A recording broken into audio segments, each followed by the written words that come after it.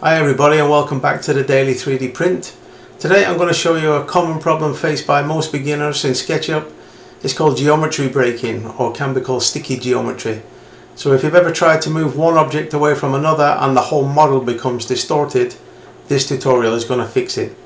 And it's quite an easy fix really. It's just to make everything groups from the beginning. But I'm going to show you how to do that step by step, so let's get to it.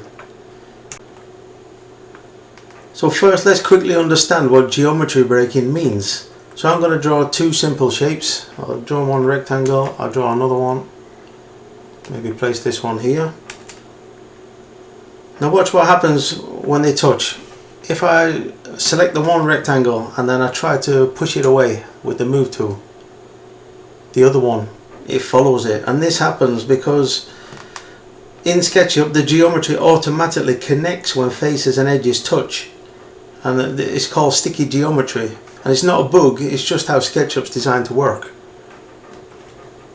But if you don't control it, your model can become very messy and very quickly, especially when you're building walls and furniture or detailed models and things. So let me show you a very typical beginner mistake. I'll create a wall and I'll draw a window on there too. So we'll create the wall here with a rectangle. I'm going to take push pull to give it a height, and then I'm going to draw the window with the rectangle too. So far all looks good. I've got my wall, I've got my window, no problem at all, looks great. But now maybe I think, no, I don't want the window to be there. I need to draw a new one or make it, change it some way. So I double click on my window and I press the move tool to move it away. If I want to move it out, I press the right arrow key. I can't move it away because it's stuck to the wall. And this is the sticky geometry. So the wall is broken. It can also happen that the hole disappears or the geometry gets distorted. And this happens because the wall and the window are part of the same geometry. So SketchUp doesn't know that they should be separate objects. So when one moves, then everything moves. So to correct this, if we go back, I'm going to take the select tool. I'm going to select my window, right click, and then I'm going to make group. Now the wall and the window are protected from each other. You can see there's some kind of a bounding box, and it means that it's now a separate object.